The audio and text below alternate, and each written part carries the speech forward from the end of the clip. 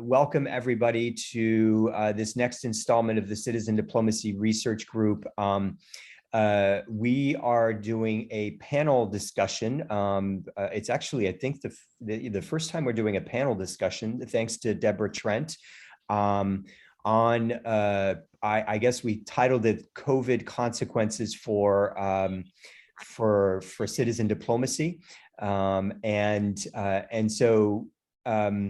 You will see, you've probably seen the agenda through either our LinkedIn or our Facebook groups, but we start with basically an overview of the meeting agenda, which I posted in the Zoom chat. And this is also a time, if you haven't already done so, to place your paragraph bio kind of intro into the Zoom chat so that others can get to know you. We don't typically go around because we have limited time. Then we'll jump into the panel discussion. So we have 4 speakers, each speaking for 7 minutes for this panel. Elizabeth or Libby Lyons, who's an environmental scientist at the U.S. National Science Foundation in Washington, D.C. Kadir, who I don't want to butcher your name, so I will just stick with Kadir. And I'm not even sure if I have that part correctly, and is assistant professor of international relations at, again, I'm not sure how to pronounce Iwa Womans University in Seoul, South Korea. Kelsey Edmonds, excuse me, who is a doctoral candidate in public administration at the University of Massachusetts, Boston, and Siobhan Lyons, who is president and CEO of Citizen Diplomacy International in Philadelphia, Pennsylvania, in the United States. So following that, we'll have a 35-minute discussion, open discussion around the panel's presentations. And then we'll finish off with announcements, including the latest bulletin of the CDRG, which is the CD bulletin, which I'll show you and which we'll be sharing out. So as far as I know, this meeting should be, yes, it is recorded. So if you have any announcements, you can hold off on those announcements until we get to the end, but you may want to prep some sort of a statement that you can put in the Zoom chat, because whatever you put in the Zoom chat, we will share to the much wider list of the CDRG, which is now over 700 people across the world. I think it's something like 700 plus people in something like 80 countries across the world. So it's a good opportunity to share with a much broader audience. Without further ado, I will let our first panelists speak. So each will have, again, 7 minutes. You each have the ability, should have the ability to share a PowerPoint presentation if you have one, but otherwise you've got 7 minutes, and Debbie and I are both going to be timing you. So I believe we are starting with Kadir. Thank you once again for inviting me, Deborah and Paul. And happy to see some friends and happy to meet new friends. I'll very briefly speak about Korea Foundation's work in terms of empowering citizens for people-to-people diplomacy. So it's going to be very descriptive, and I'm happy to discuss more if you have any questions. So Korea Foundation is basically a government agency under Ministry of Foreign Affairs in Korea. And in Korea, public diplomacy is a very new concept. Officially, it started in 2010, although similar policies were there, especially nation branding or country image. Public diplomacy per se began officially in 2010, so it's quite new, although Korea Foundation's history is before that, it begins before that. So I'll briefly talk about 3 of the programs that Korea Foundation recently started. to empower citizens for public diplomacy. First one is University Public Diplomacy Empowerment Grant. Korea Foundation gives grants to Korean universities for them to open public diplomacy courses, programs, and also organize public diplomacy related events so that both the faculty and the students can benefit, can learn from the courses and from the events so that they can better do public diplomacy on behalf of the country. So that's the main idea behind this empowerment program rather than only being educational. Second one is Public Diplomacy Week. I'm not sure if there are other countries that organize similar events. Recently, Singapore International Foundation did a similar event. Public Diplomacy Week has been going on for the last 4 years. It was offline in the first 2 years. Last year it was online. Here I'm talking to Joseph and I, interviewing him, unfortunately online. We were expecting him in Korea, but because of the pandemic, we couldn't. And Public Diplomacy Week, the whole point of, there are so many different kinds of events at Public Diplomacy Week. Different aspects of public diplomacy are introduced by people from different walks of life: academics, ambassadors, diplomats, artists, government officials, Korea Foundation staff, citizens who participated in Korea Foundation's different kinds of programs, teachers, etc., etc. It runs almost for a week.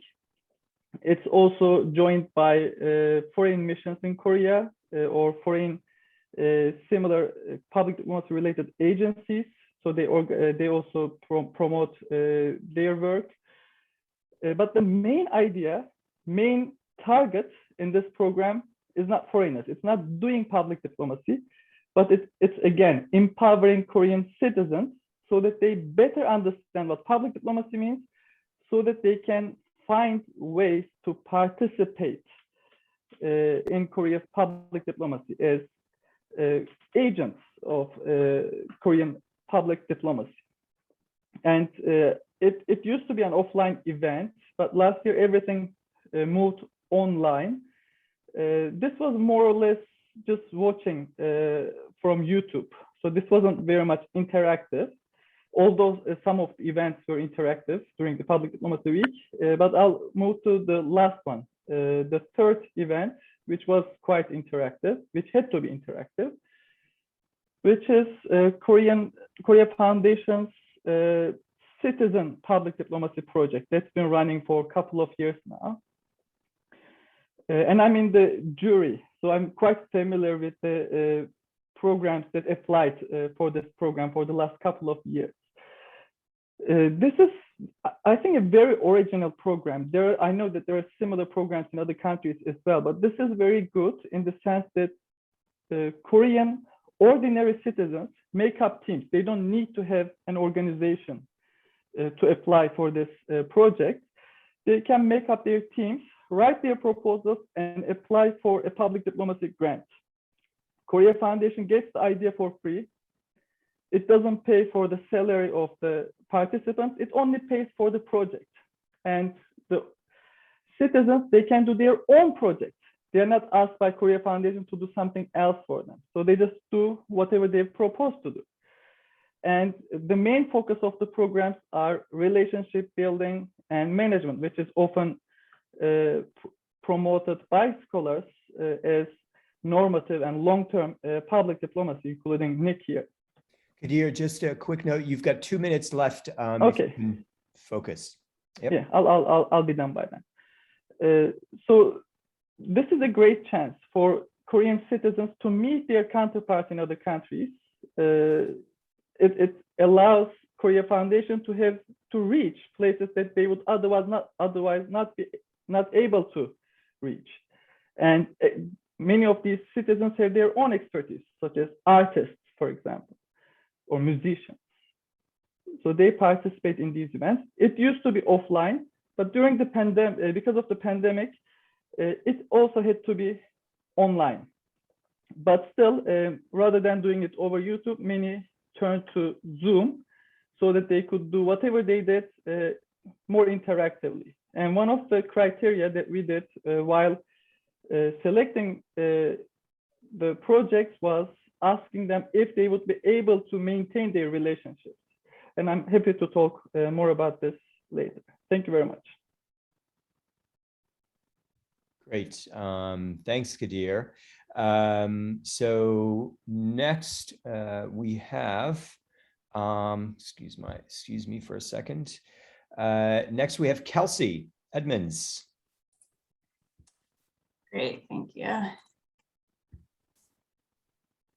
Can everyone see my PowerPoint?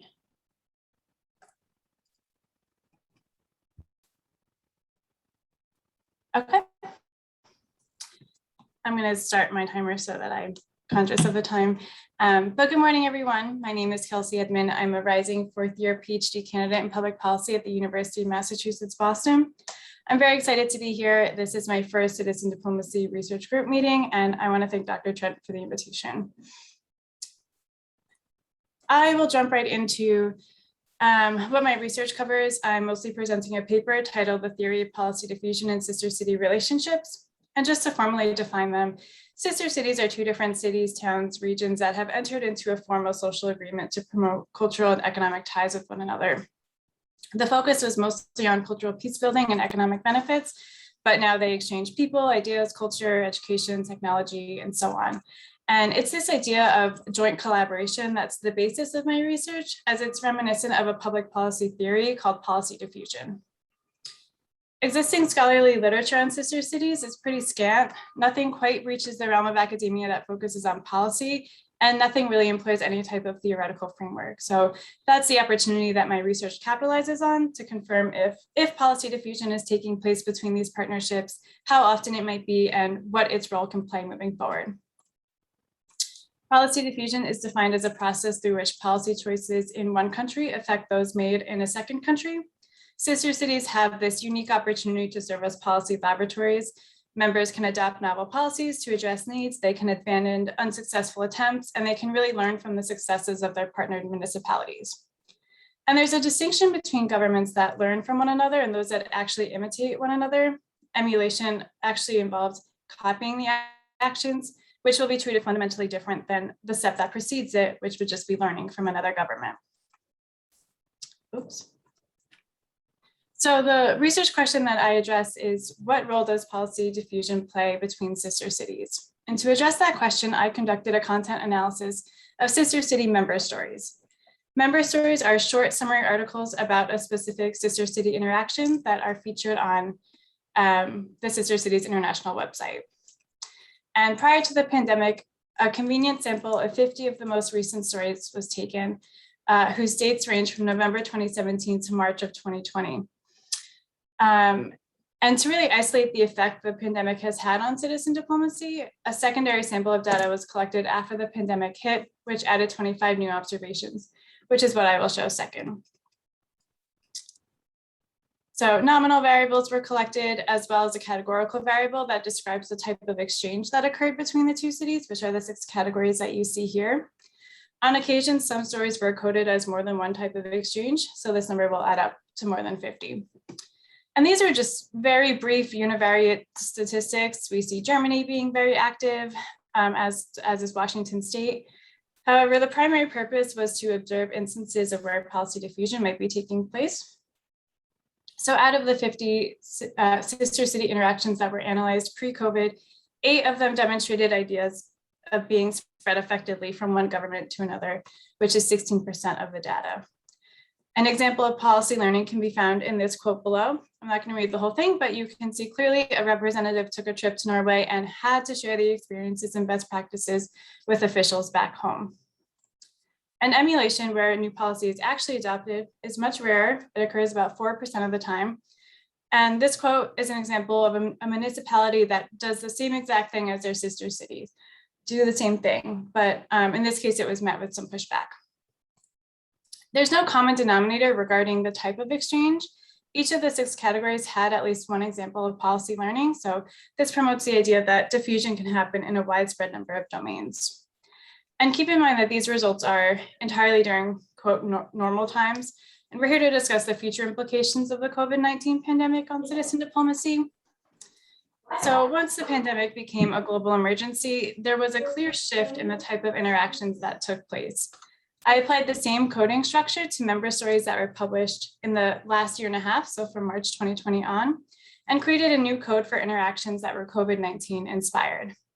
And while some typical exchanges still took place for sure, the data suggests that most of the exchanges were prompted by some level of foreign aid provision. And some of these findings are not surprising. So for example, ambassador visits were non-existent since it was almost impossible to send delegates back and forth. And likewise, business opportunities seem to have been put on the back burner. There was an increase in activity with Asian sister cities, which is due primarily to a lot of Asian cities providing masks and PPE to the United States. And then as time went on and things changed, US cities were supporting places like India and Pakistan with supplies. So it is important to note that resources or monetary donations did flow in both directions, depending on the development of the crisis. And below are two concrete examples of these types of exchanges. So for example, this is China sending masks, gowns, and gloves to their sister city in Tacoma. And then this is an example of Norfolk providing financial support to India.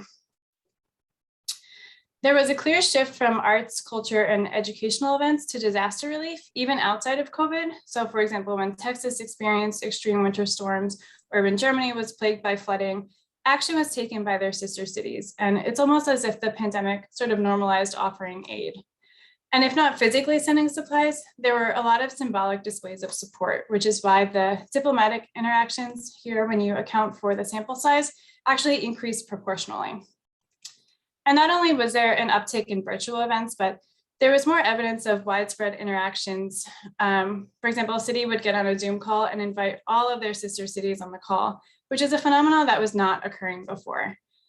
But overall, the biggest change is that for the first time in years, we're seeing member stories about actual resources and money being shared and not just ideas or policies. So in terms of policy diffusion in the age of COVID-19, in my opinion, that's still to be determined. It depends on how you consider foreign aid and if there are inherent policy ideas intertwined with various types of relief that are provided.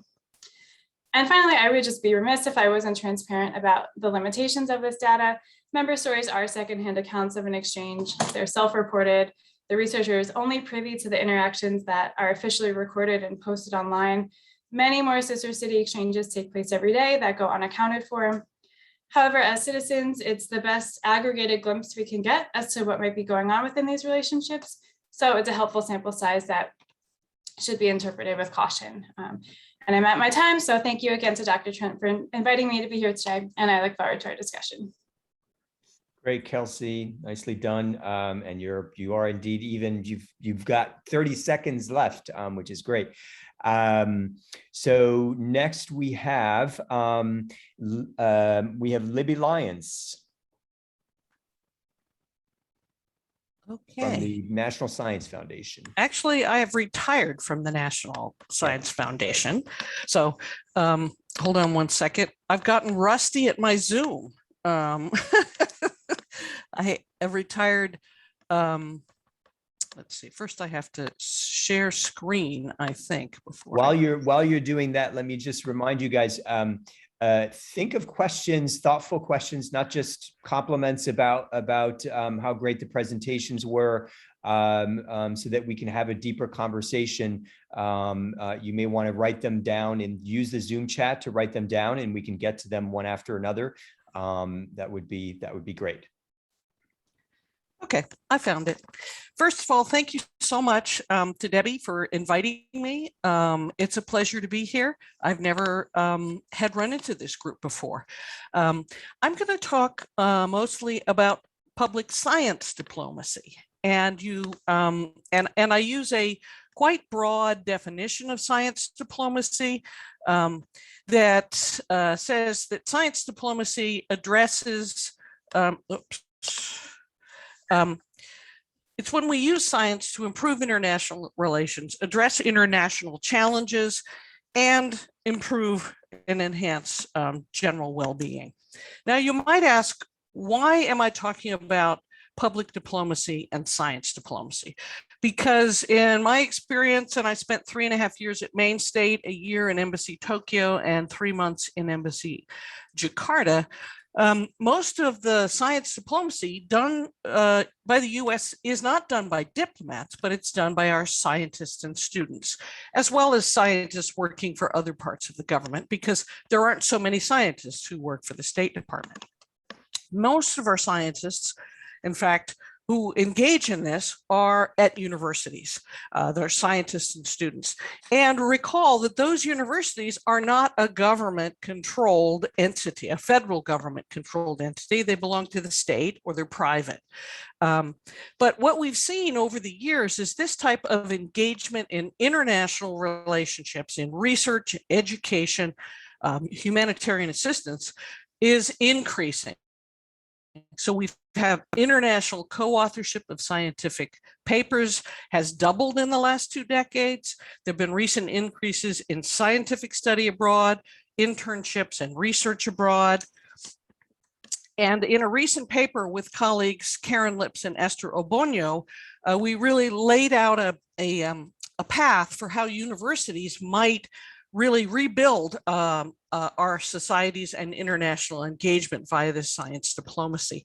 And we looked at 4 types of engagement: international science collaboration and education, science and engineering related humanitarian assistance, and hold on one second, international science policy. We also looked at formal engagement with state, but I'm not going to talk about that today.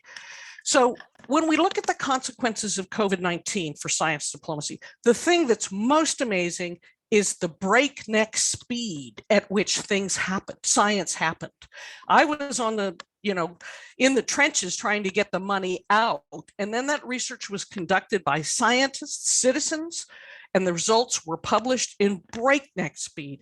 Another example that I love is this high performance computing consortium led by IBM that had multiple governments, industries, and universities that came together. The head of Dario Gill, the head of research for IBM, said it would have taken years to make this happen with all the lawyers and policies. They made it happen almost instantly and had all of this high performance computing resource available. What are the challenges here? How do we continue this collaborative can-do approach into other areas? How do we improve access and broaden participation? Because we know women, minorities, and less developed countries were underrepresented in this flurry of research activity. And how do we improve international coordination? Because most nations first undertook domestic work and then international. What about research and education more generally? Well, we really effectively, in many cases, replaced mobility with virtual engagement. Not completely, and I'll talk about that. There were new platforms that we used, tested out, improved for virtual teaching, research projects, and meetings, and in fact, gave global skills to many of our students and scientists and allowed inclusion of some who might not be able to travel overseas. In humanitarian assistance, one of my colleagues said one of the things she had found, and others, is when Americans weren't able to travel, their counterparts in these countries stepped up and actually did a huge share of the work in continuing these projects. So what are our challenges? How do we rebuild when the engagement stopped and support was lost? How do we sustain and build on new capacity among those partners in less developed countries? How do we find ways to address the deficit in new collaborations? Because 80% of those start face-to-face, and that wasn't happening. And then again, how do we overcome these digital divides by country, gender, race, ethnicity, tribe, class? The access to these new tools is certainly not even. Another area I'll talk briefly about is international science policy. We saw a huge increase in our scientists' engagement with policy, both domestic and international, on COVID and its social and educational impacts in the US and around the world. They were writing briefing papers for government folks, op-eds, blogs, and NSF-funded research on different policy responses in different countries. So what are our challenges? How do we sustain and broaden that scientific input to policy, especially on international issues? How do we understand which policies worked in different countries and improve on those that didn't? And finally, one of my favorite areas is citizen science, where ordinary citizens collect data. One of my favorites is this humanitarian OpenStreetMap team, and they provide ordinary citizens around the world with satellite imagery, and people go in and map avenues of mobility where people and COVID might move, locations of hospitals, clinics, pharmacies, and really help to map these remote, unmapped communities where the countries and assistance agencies don't even know how to get there and what might be happening. Our challenge, and then another favorite is eBird. So eBird captures data from bird watching around the world, and there was a huge surge. So we now have improved population estimates for widespread birds and migratory birds, and this is being used for multilateral conservation efforts. So the challenge is there: how do we sustain and broaden citizen effort and strengthen those international linkages so that we can deliver the needed data that citizens collect to the policy makers in the needed time frame and in formats they can use. So the overall picture, it's really complex because we have an uneven mosaic across this international science landscape. The institutional support of universities in the US and elsewhere is very variable. Some have cut back just because they've had to tighten their belts. Some have strategically engaged and argued that COVID makes the case that they need to be more international. We have, as I mentioned, uneven inclusion or exclusion of different groups. We have a map out there of the world that's very variable in terms of vaccination. And we have a lot of other asymmetries and willingness to travel. So as we look ahead, there's uncertainty because of the spread of the Delta virus, uncertainty in terms of economic recovery, certainly for our institutions, especially those that depend on income from foreign students. And I'll end by saying that the engagement of public diplomacy via science may vary and depend on our government's vaccine diplomacy. That if we're seen as hoarding those vaccines, and someone told me that they heard yesterday that there had been 1 million wasted vaccines in the US, that may really change the landscape in which people are willing to collaborate with us. And so we may continue and see a world that isn't as open to engagement and science diplomacy as in the past. Thank you. I'll end there. Great, Libby. Thank you so much. Great to have a science perspective on citizen diplomacy and COVID. And last but not least, we've got Siobhan Lyons from the Citizen Diplomacy International in Philadelphia, Pennsylvania in the US. Great.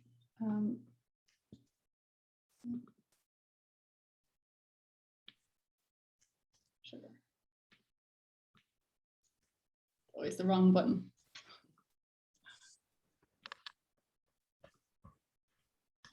Well, great. So thank you all for having me here. Thank you, Paul and Debbie, for inviting me. My name is Siobhan Lyons, and I'm the president and CEO of Citizen Diplomacy International.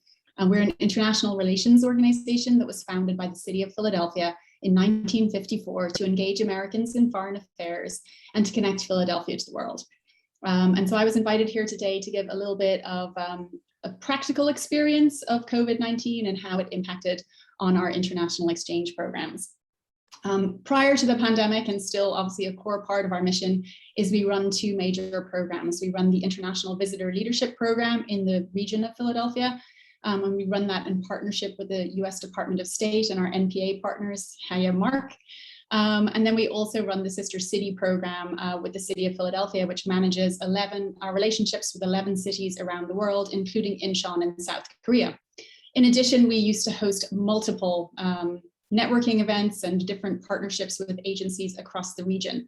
So normally we would have hosted about 100 international delegations each year, which brought in more than $1 million in revenue to the city of Philadelphia. So you can imagine the shock that we had in early 2020, when by about February, we were starting to see programs cancel, and there was a lot of nervousness in the international community. We ended up shutting our offices on March 13th.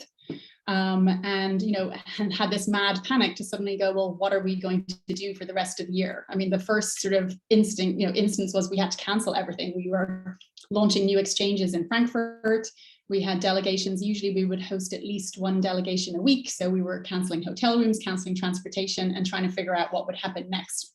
But my team is amazing.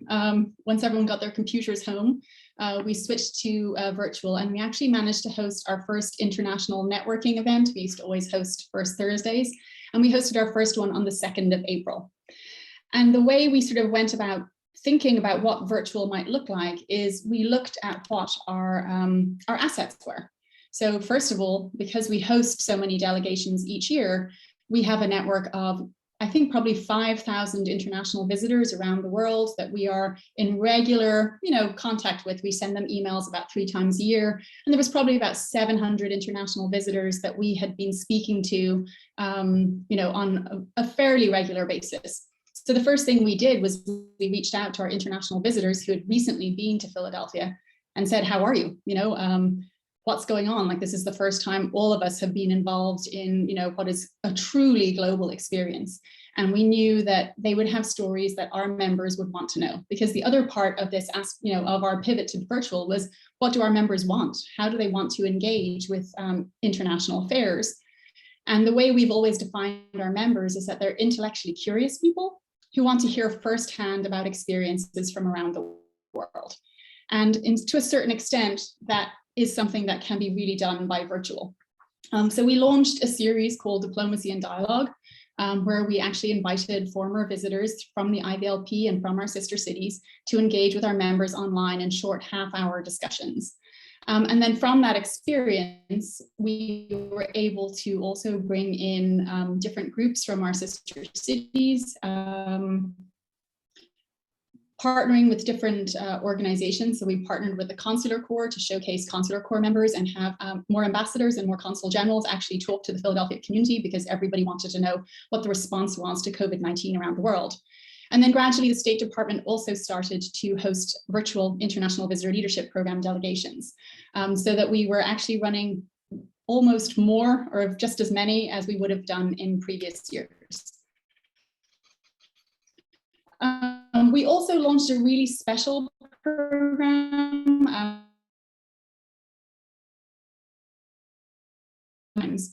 Realized that normally we would have done a lot of high school exchange programs, and because of COVID-19, all international exchange opportunities for young people were completely cancelled. So we launched a pilot program in August 2020. Experts from the International Visitor Leadership Program, bringing in experts from the various fields that we've touched through all of our different exchanges, particularly with the State Department, and we Egypt and in Philadelphia. And so the difference between sort of this and sort of some of the other exchange opportunities is, because it was virtual, it allowed us to have students, in Egypt talk to students in Philadelphia and have a real life interaction, which they wouldn't have been able to have because it would have been almost unaffordable in normal times. Since then, we've actually launched this as a more serious program. It went so well in August. We found that we had a lot of support from our members, a lot of support from our board, and we were able to raise some additional money to launch this. So far this year, we're now about to start our 3rd exchange. We've done 2 with Frankfurt, we've done 2 with the UAE, and now we're doing a global one, which has had applications from more than 20 different countries around the world. So we'll have students from Pennsylvania and then students from around the world. And by Pennsylvania, we have a couple of people from Delaware and Southern New Jersey as well. So thus far, we've already served 120 students. And our experience has been, this virtual exchange has allowed us to reach students who would never have considered traveling before, and that we're hoping will also become sort of maybe a runway for when in-person exchanges return. So just as an example of what we did, manage to achieve, our numbers went slightly down. We only hit 64 exchanges as opposed to usually more than 100, but we actually saw an uptick of more engagement by Philadelphians. There was a desire for news from around the world and from the personal stories, because it's one thing to read the newspapers, but people really wanted to hear how other people were feeling. There was a large emotional component, I think, to COVID-19, and to really feel that we were all in this together was a hugely important part of the experiences that we had as part of exchange. So, I think having just as much of an impact, except perhaps obviously in the hotel rooms and the various sort of like actual money being spent here in Philadelphia, which would be a normal part of the impact we would report to our partners. So, I mean, overall, we found that, when we think about the future, we are going to continue with a hybrid model. We've realized that while in-person exchanges, virtual cannot replace in-person exchanges, it definitely brings many, many benefits. And we plan to continue doing a hybrid model, particularly while there's uncertainty, but even beyond into once the COVID pandemic is completely over, we are still going to do virtual exchanges because of the new reach that it allows us. And yeah, and I think that looks like that's my last slide. So yeah, I think, it's been a very exciting period, kind of terrifying in many ways. We were concerned about our ability to run programs. We were concerned about our ability to raise money. We were concerned about our impact. But overall, we found this to be, a very sort of exciting way to sort of see how international exchange can continue, and and that we've been able to certainly maintain relationships. And the challenge now is going to be how well we can initiate relationships, and will they be as strong if they're initiated virtually as opposed to in person. So thank you all very much. I'm looking forward to your questions. Great. Thanks, Siobhan. So if you could close down your presentation, and we are going to shift now to open discussion. So we've got 35 minutes, and I just want to encourage you to use the chat to kind of formulate your questions, post them. It'll allow us to some extent to have some order, but you can also just, if you don't want to write your question in the Zoom chat, you can just use the electronic hand under the raise, under the reactions, as I just did. So we first have a question here from Rosella, who asks in the Zoom chat. Rosella is joining us from where? I forget. Are you in? You're back in Italy, right? Yeah, so Rosella is in Italy, and she is asking Kadir a question, if you can tell us some examples of some of the most successful projects of the Korean public diplomacy projects. And if you could focus, you didn't get a chance, Kadir, to talk too much about COVID's impact, but yeah, elaborate if you would on that, particularly when you're talking about these Korean public diplomacy projects. Actually, I have a list of the events from 2018 to 2021. To be perfectly honest with you, this is not ideal. Nobody would want to have a Zoom conversation if you could meet in person. We are talking about people-to-people diplomacy. You need some chemistry to build up between the participants, and it's done best when people meet in person. Especially last year, most of the projects were supposed to be offline and they had to be turned into online. This year, all of the programs were organized to be online to begin with. If I give you one example, there was a project, a proposal this year for exchanges between Turkey and Korea over tea, because both countries have sort of unique or traditional tea cultures. So they would focus on how tea is served in both countries. They would enjoy their tea in their respective places. And tea is just an excuse to meet. It's just an excuse to make people realize their commonalities in kind of recategorizing their identities as tea lovers, for example. In the past, two-way symmetrical exchanges would involve things like music, arts. Another one was, for example, in terms of arts, Morocco and Korea, again, they were supposed to, last year, they were supposed to paint the walls together, Moroccan and Korean artists. So they couldn't do it. What they did was they would paint walls in Korea and in Morocco over Zoom. And they would paint it in the sense that it would have both Korean and Moroccan characters. But it's again not ideal, but these are some of the events that they did, at least to do something rather than just canceling all the events. But I can give you more examples if you want later. Okay, great. I apologize because I missed Jocelyn, who's joining us from the Caribbean and has a question about Caribbean students. Jocelyn, do you want to ask your question?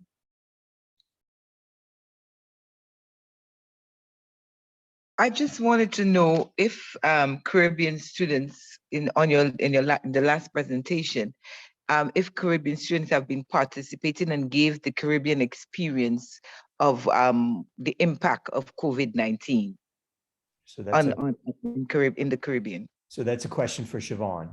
Yes, please. Okay.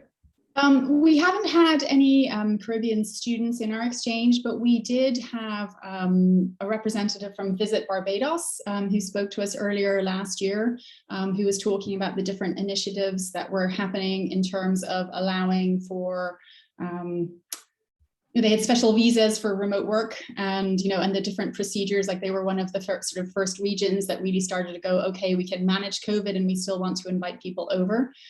So we did hear from them, but not from the students yet. Jocelyn, did you? It was a specific question for Siobhan, I gather. Well, did you want the other panelists to respond? Wow, what's happening here now? We can hear you. You're now muted, but I think, okay. Yeah, of all the presenters, actually, I guess Siobhan is probably best equipped to answer your question as an actual somebody who's doing these citizen diplomacy interactions, particularly with based in the US. But Jocelyn, did you have anything further you wanted to add? Oh, I think she's having trouble with her mic. Jocelyn, can you? Yeah, yes, you're muting and unmuting repeatedly, I guess. Now, all of a sudden. Now yes, we can hear you now. Okay. I just I just wanted to know how we can reach out, or what can they do to reach out to more Caribbean students, because this is an important program, and I think that it would benefit the Caribbean very, very much, especially the OECS countries. So if there was some way or something I could do, or if someone can reach out to me so that I can spread out through the OECS and CARICOM to get more of our students interested. And Jocelyn, do you want to just briefly, because I don't think I see you I don't know if you've introduced yourself in the Zoom chat, but do you want to indicate who you are? Because that might be helpful to them. Okay, I am Ambassador Dr. Jocelyn Clark Fletcher. I'm the ambassador with responsibility for diaspora affairs in St. Lucia. And I will put my email address in the chat so that they can reach out to me. Please do. Thank you. Awesome. Awesome. Thank you. Anybody else want to any of the panelists want to respond to Jocelyn?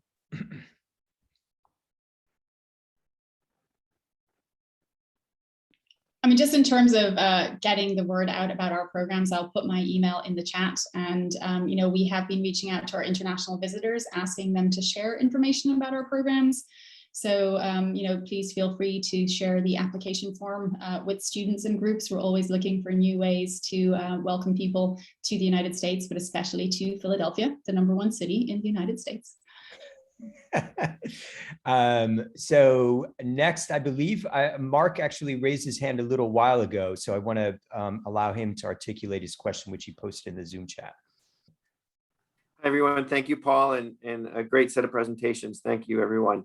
Kelsey, I'm really interested in the research you've done, and as a fellow sort of implementer of international exchange programs, I'm with Meridian International Center, and I work mostly on the IVLP, but I've been working on programs like this for many years, and I'm struck more so pre-pandemic, although also in the virtual IVLP programs we've administered, I am struck with the programs I've worked on that some really click and some don't. And so I was intrigued with your use of this idea of policy diffusion, which is, to my mind, another way of saying that things clicked. So I guess I'm interested in hearing your reflections on what are the factors that lead to more successful policy diffusion, or that sort of clicking in the relationship between the participants over here and the hosts over here. What are some of the factors that contribute to successful policy diffusion on the programs you examined? Yeah, thank you, Mark, for your question. That's a great question. I would say the number one factor is sociocultural similarities. So examples of policy diffusions that did happen were between cities that were facing similar crises or similar problems. Either they were both, one example was they were both battling opioid addictions. One was that they both had similar maritime focused economies and were battling climate change. There really needs to be a common thread between them and a shared system of values. So some cities do match for a variety of reasons. Sometimes one that comes to mind, for example, boring Oregon and dull Scotland are sister cities, sort of as a marketing gag. And I wouldn't expect them to really bond over many shared values or similar problems, because the way that they came together was not inherently based on similarities of their cultures. So I would just say when choosing your sister cities, really think deeply as to what commonalities you have in mind. And if you're doing it for the reasons that you can be an avenue to exchange ideas and policies with one another. I believe we have Nick Call next, who was asking a good question about the role of government, how government might help with the work of citizen diplomacy or make it easier, I guess, partly in the time of COVID and I guess post-COVID. But Nick, do you want to further articulate that question? No, that's fine. Specifically, I'm interested in the US government. Sorry, Kadia, but what can the US government do to make the lives easier of the initiatives that we've been talking about?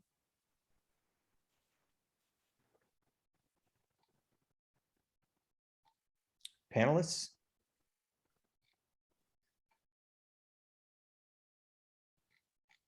Libby, I don't know if you have a perspective as a retired government employee. Well, I will say that there's a couple of things. The White House, along with the Department of Education and the Department of State in July, announced that they really want to increase international study abroad, engagement abroad. And so there are efforts there. And I can probably post in the chat and find that press release. It was sort of short on the details, but I think that's a really good sign. I think the National Science Foundation is also redoubling its efforts at international engagement. We have a director who's very keen on that, a new head of international.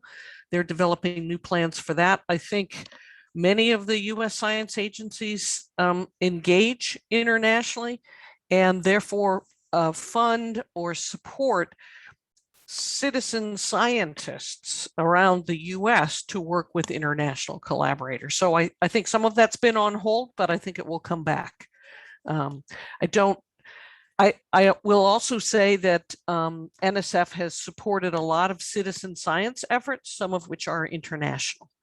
So we funded eBird, we fund iNaturalist, we fund all kinds of programs where people can report what's happening. And I happen to know the biology ones better because I'm a biologist, but there are others out there that I think the US has supported. And I think the challenge is for the community to really take what they've learned and then get funding, spread those new insights and new platforms, not just to academia, but to the NGOs out there, to the other groups that are involved in citizen and public diplomacy. We have a question. I'm looking through the chat here. We have a question from Begum about science diplomacy. So since we're on, I don't know if you see the question, but I did. Begum, I did. I want to give a chance to Begum if she wants to elaborate. Thank you. I wrote my question actually. Yes. Do you want to just stick with the question? Yes, I asked this question. Thank you very much. Thank you. Okay. Yes, thank you for your question. In general, and I have also worked at the Air Force. So our government lends people out. And so I've been lent out to the State Department and the Air Force and various other places. I actually think a lot of science diplomacy can't be put in the soft and hard power framework because it's based on mutual benefit and collaboration and not a zero-sum game, not a domination of one over the other. There has to be mutual benefit. It has to advance the interests of both sides without recognition of power and advantage to be gained, at least in the part of the science, the academic open science world that I operate in. So I think I don't think that's a particularly useful framework for a lot of science diplomacy. But a good question nonetheless. No, I think it is. I think there's some other work on knowledge diplomacy, which is in which I think science diplomacy falls more comfortably. And the point there is it isn't a zero-sum game. Knowledge is not limited. And so by working together, we increase the knowledge that's available to all in the partnership. And that's, so it helps the US.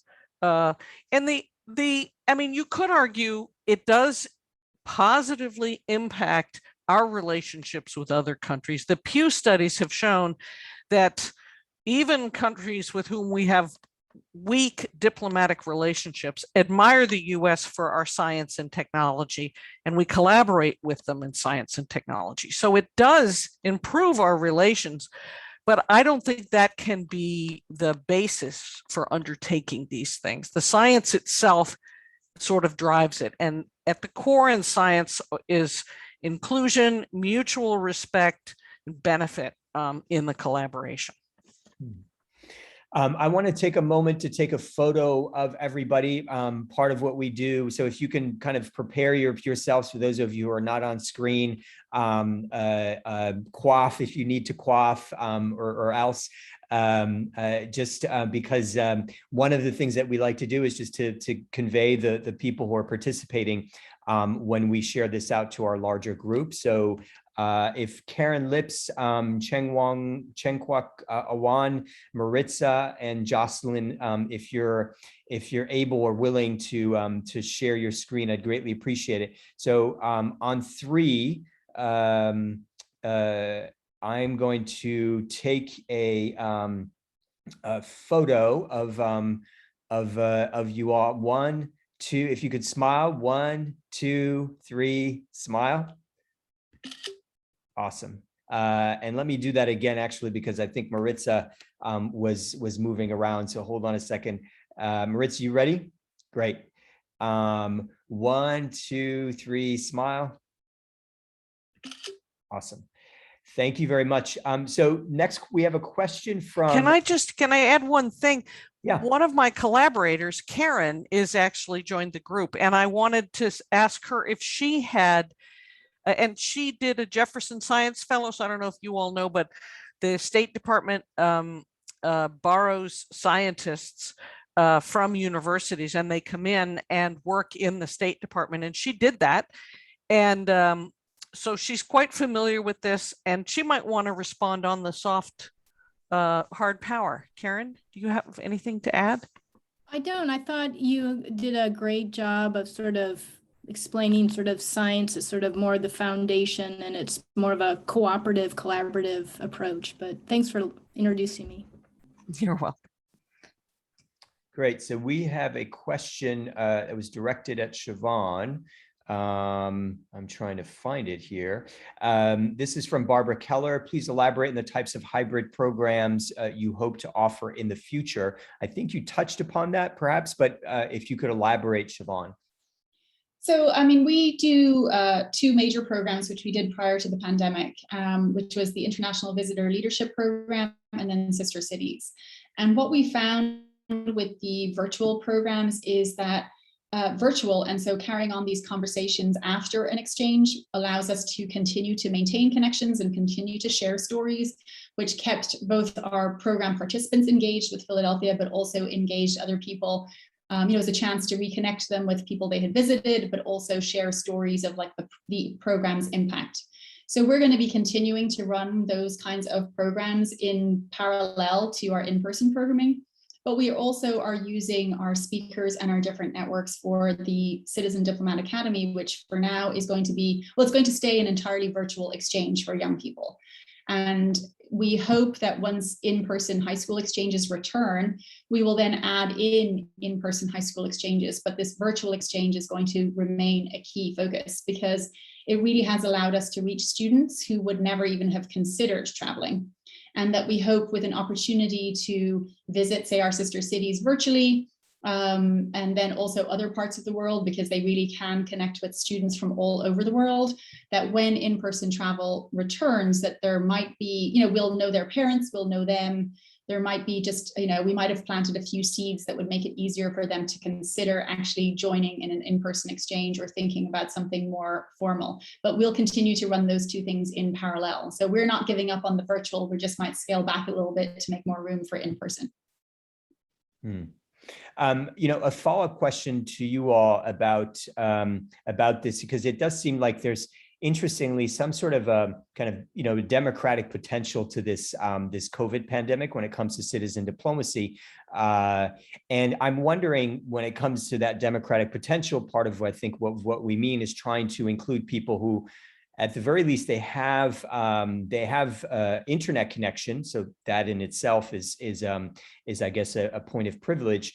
But do you keep track in your work of the demographics, particularly the socioeconomic status of the participants, that might allow you to see more precisely whether or not participation is shifting? When you go online, are you getting more people, for instance, who are of lower income or of less education, or are from relatively more remote areas when you're holding these programs?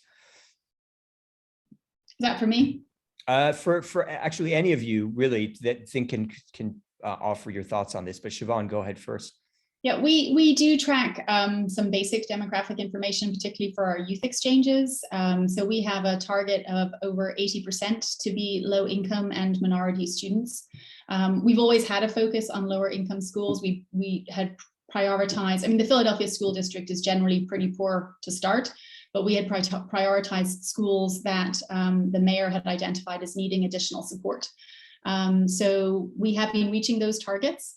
But then also in terms of the sort of online programs, we had attendees from 5 continents, on most of our events.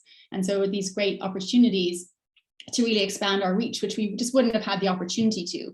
And as Mark knows, the International Visitor Leadership Program is a really amazing program, but a lot of it's private. And so the ordinary citizen, while if they are invited to attend a meeting, that's great, but they don't have a huge amount of opportunity to really experience what the International Visitor Leadership Program might be like. And so to have this opportunity for our other members who wouldn't have been invited, or maybe would have met them at a reception, to suddenly really hear about the stories of impact, how, the favorite question is always like their favorite memory of Philadelphia, and people want to hear these like wonderful stories of impact. And I think, we would have attendees from all over the world because their friends would want to hear them talk about the program, but then all of our own members would also join in. So we definitely saw an increase in that kind of engagement. If I may. Go ahead. Okay, I cannot speak for Korea Foundation because I'm not working for them, but I can only tell my impression is member of jury for the last couple of years. In the previous years, when we didn't have the pandemic, the citizens that were interested in the citizen public diplomacy project were mainly those young, especially the youth, especially the students, and sometimes artists, musicians who want to have exchanges overseas with their counterparts. This year we still had the artists and the musicians and so on, but we have seen more increase in kind of startups who want to create some apps, and they want to get kind of the seed money from Korea Foundation and potentially promote Korea, because that's one of the ideas of Korea Foundation, one of the objectives of Korea Foundation. So they would create an app that helps to do this. And probably, to me, it looked more like they just want to use this as kind of like seed money so that they can build up their project. So I'm not so sure if it helped in terms of democratization, but that was my impression. To kind of to be the other way around, actually, decreasing the chances of those who would have less exchanges with people. Mm-hmm. Libby or Kelsey, any thoughts? No, my experience is similar to Siobhan's in that in the work that we did with, I'm on the board of directors of the Audubon Society of Northern Virginia, and we opened up our classes and found worldwide engagement. And so I think a big challenge now is how do we use that? And what's this hybrid going to look like? We even found a lot of folks in the DC area who don't have access to public transportation, so can't come out to Reston for our classes. And so it really has made us rethink. And I want to echo this for all the stuff that we do. How do we make sure we're really including the full range of Americans and on the other side? And what do we do? How do we think about that? Because you're right, we've reached new people, but as you said, Paul, they have to have the internet. What about the ones who don't have the internet? And are we just really widening that digital divide? And internationally, there are some countries that just were not able to participate in the research, are way behind on vaccines. And so how do we really build that in and address that so that the equity issue that's been so prominent and include diversity, equity, and inclusion issues really are woven through automatically in everything we do. So last, I think we'll finish off with this question from Deborah, who who actually put this panel together. So Deborah, do you want to ask you, it's actually a question for Libby about networks, but do you want to elaborate? Or should I just read your question from the Zoom chat? Debbie, you have to unmute. Thank you. Only one unmute button works for me. So I guess, since the conversation has gone to democracy and gone back to equity, which was what first prompted me to pose it just to Libby, I worry about not just the equity across, from the global north to the global south, but also intergenerationally. And I saw from the get-go, like in Kadir's wonderful slides, a lot of young people being engaged. And this is appropriate, right? This is for education as well as on the citizenship side, as well as for, I'm going to use the terms, the soft power of Korean intercultural, international relations, the soft power attraction of Korean culture. But I'm hoping that from this dialogue and some possible research, even exchanging stories about different people's experiences in Philadelphia and beyond, that there will be more opportunities opening up in the virtual space for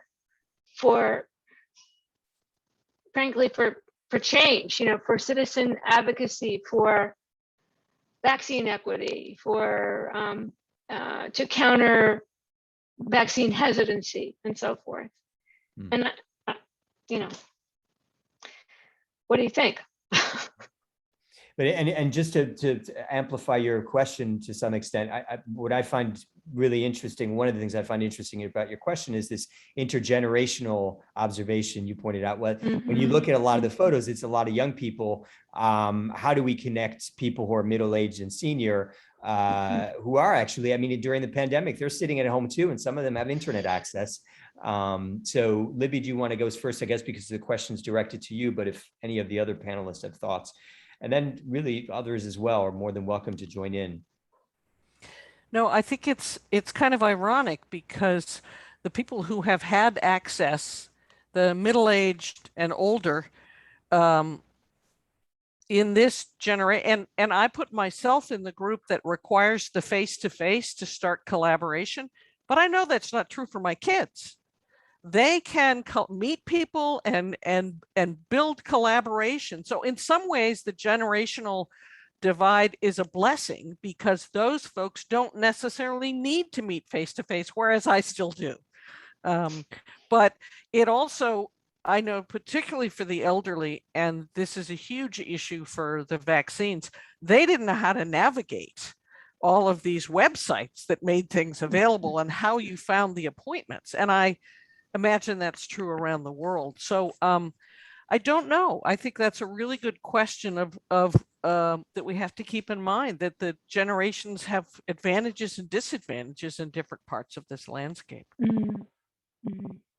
Kadir, Siobhan, Kelsey, any other thoughts on this? And then Rosetta, feel free to chime in, but I just want to allow any of the panelists, if you have thoughts on this first. I have a quick comment just regarding digital equity and during this time. I'm wondering if providing, I guess this question is kind of directed at Siobhan, if providing internet scholarships is enough, and internet is kind of one prong of three, so to speak, to bridge some digital divides.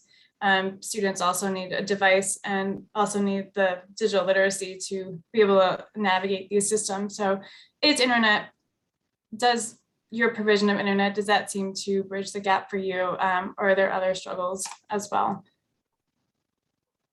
I mean, it was part of it. I mean, I think there's obviously lots of things we would all need to do, but our approach at citizen diplomacy has always been that at the heart of exchange is change, and we're not bringing people together just for the fun of it. It's to change people's opinions and to change people's ideas, and to share best practices so that that both sides come away different from the experience. And so what we found, particularly in Egypt, was that, it was sort of the bandwidth was the biggest issue. Most young people, because this was a young person's exchange, did have some sort of device. A lot of them were there on their phones, but it was the bandwidth that was the issue. And so we relied on our partners. So we always have in-country partners, really thanks to the International Visitor Leadership Program, or thanks to sister cities and the connections we had already built. So we relied on them for sort of advice on how best to reach the students. And then what we do is we pay our in-country people too, and then we offer honorariums to our speakers. We try to sort of build in, recognize that we are asking people to support a program, that's in the greater good or whatever, but that, people are investing their own resources in that too. So it's not ideal. I mean, I think there's so much more we could do. But these are the sort of small steps that we've taken. But in terms of our other programs, I mean, we definitely found our seniors needed, our more senior members needed a little bit of support with Zoom. But once they got the hang of it, they were online all the time, and they were some of our best attendees. So it was really great. Others? Yes, if I may. I think in Korea, this is not just with Zoom or the pandemic era, but there's also another literacy issue here. In the US, English is taken for granted in the exchanges, but many of Koreans would need to speak another language, most often English or maybe some other language, to engage with foreigners in these programs. And it's often the younger generation who are better in speaking other languages, who are more fluent in other languages. That's why often we get students who apply for these programs. They are either studying some language, such as, for example, Russian or Chinese or Japanese, in addition to English. So this was an issue even before the pandemic. And with pandemic, you add also internet literacy to the issue. And I think it made it even more difficult for the senior to participate. Although we had some senior people also applying and participating, but it's definitely skewed more towards younger generation. And it's something that probably Korea Foundation needs to address. In the past, Ministry of Foreign Affairs had a senior citizens, what did they call it? Senior public diplomacy group, I think, made up of voluntary retired Koreans who have had worked for Korean companies overseas, or who have had overseas experience. So they wanted to utilize their experiences and also their English or other language literacy to organize events within Korea for foreigners. And they've done a great job for many years, but I think it doesn't work anymore. It didn't continue. Rosella, you were going to ask or say something.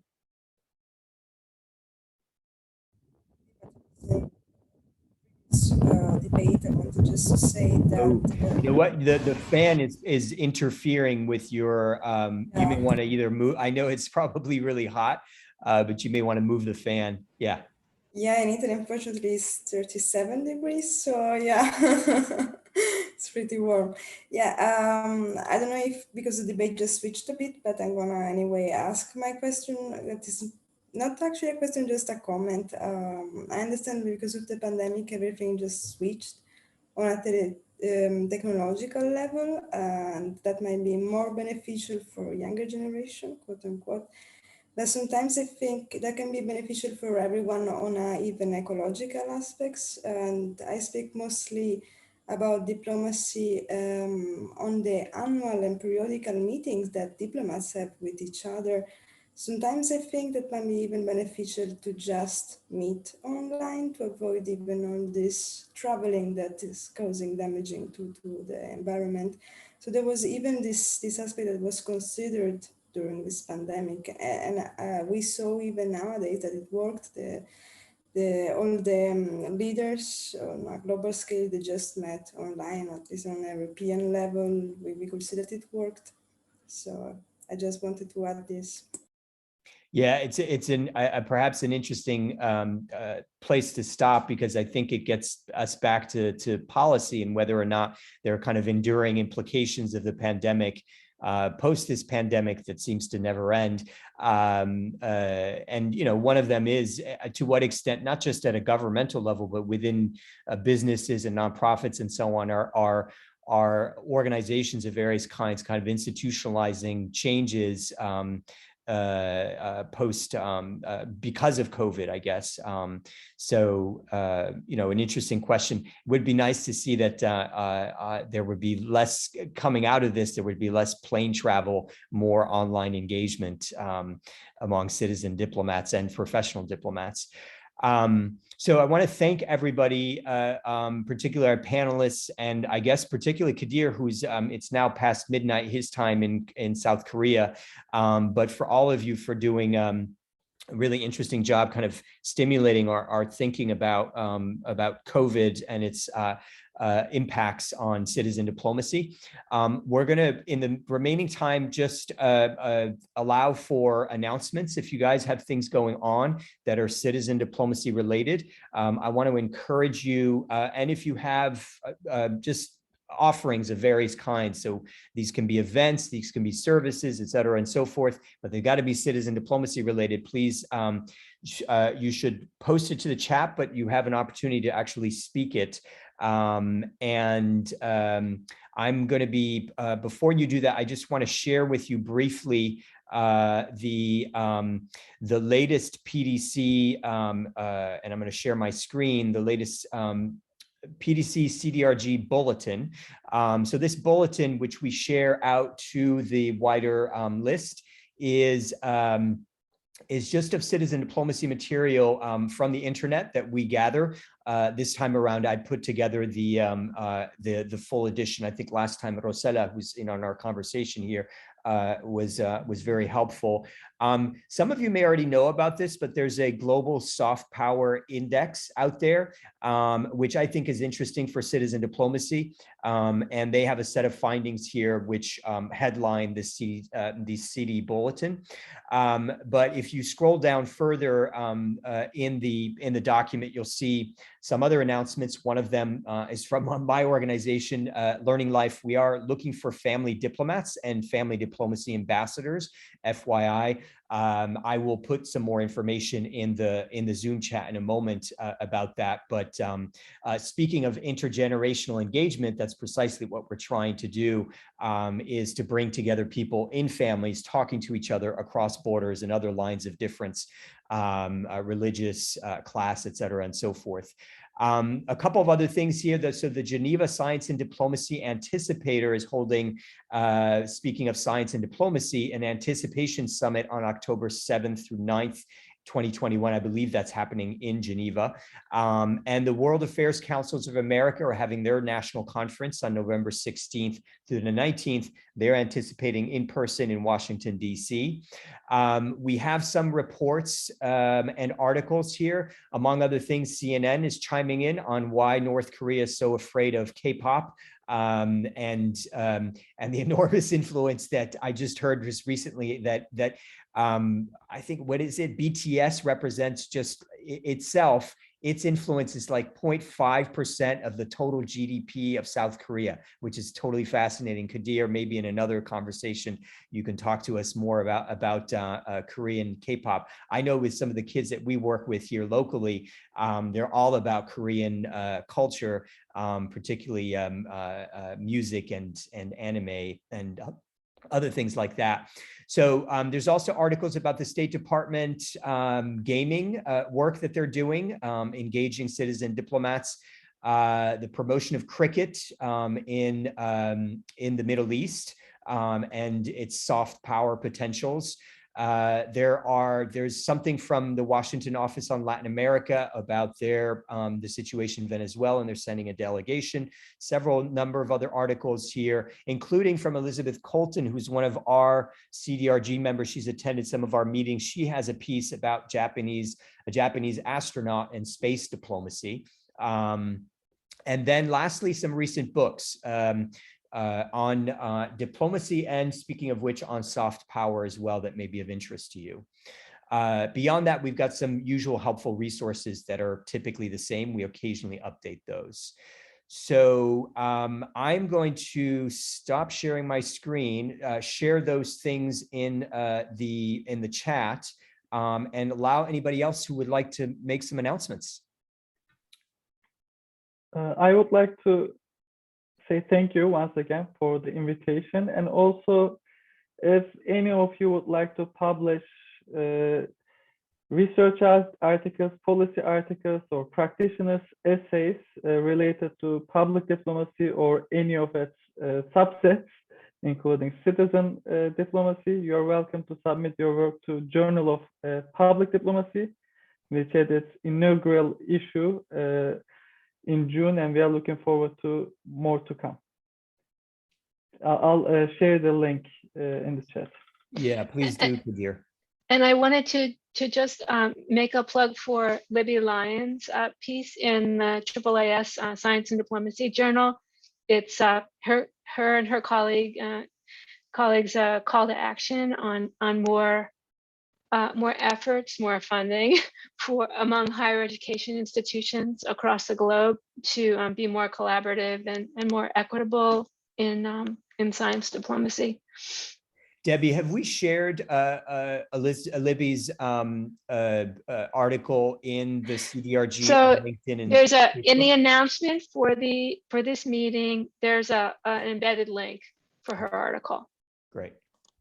And thank you so much. And I will say that there's a reference in there to an earlier paper that I wrote with the Science and Technology Advisor to the Department of State and the President of the American Academy of Engineering and some others, where we just really laid out what the benefits of international science collaboration are to America.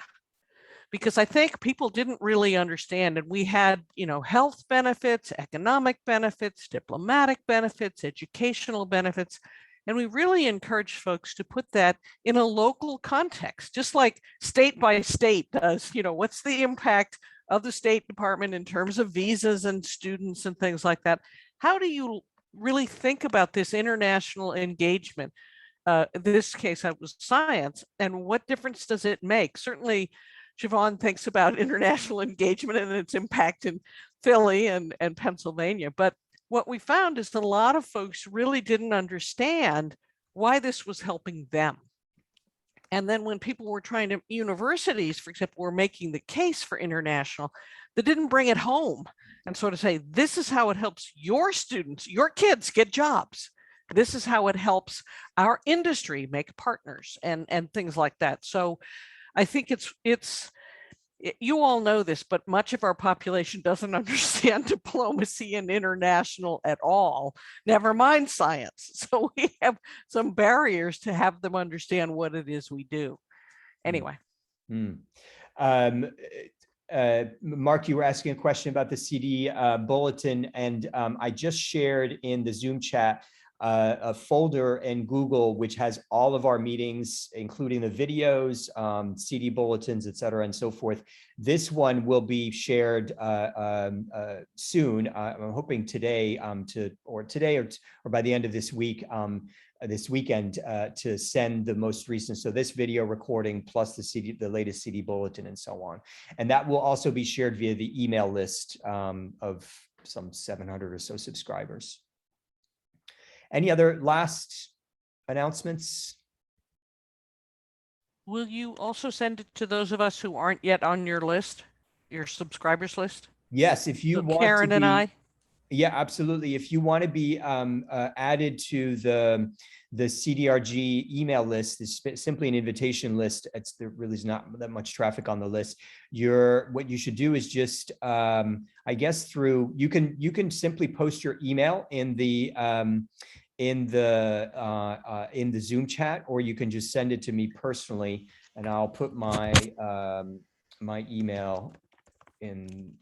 learninglife.info. That's my email, so you can just send me your email and I'll add you to the list. Okay, thank you. So Marina just joined us. I don't know from where, but we are just finishing our meeting. Marina, do you want to quickly introduce yourself? Yes, hello colleagues. I'm sorry. My name is Marina Samsonova. I'm from Kaliningrad, and I was found by on LinkedIn, I guess by one of your colleagues.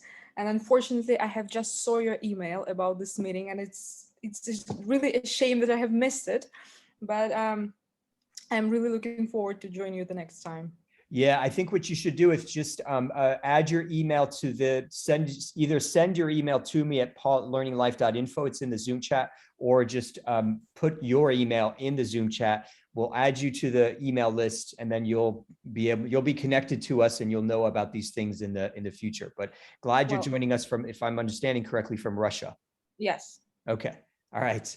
Well, all right, everybody. Mm-hmm. Yeah, great. Everybody, thank you for your time. Thanks again to the panelists, and we will see you next time, which I believe, Debbie, do you happen off the top of your head have our next meeting? You know when our next meeting is? It's in 2 months, but I don't always remember these things. Yeah. I think to go to my calendar. It's in October for sure. October 5. I just found it. October 5. At noon. At Noon 12, Eastern Standard. Yeah, exactly. 12 to 1:30 p.m. Eastern. All right, everybody. Thank you so much for your time. See you soon, hopefully. Bye. Bye.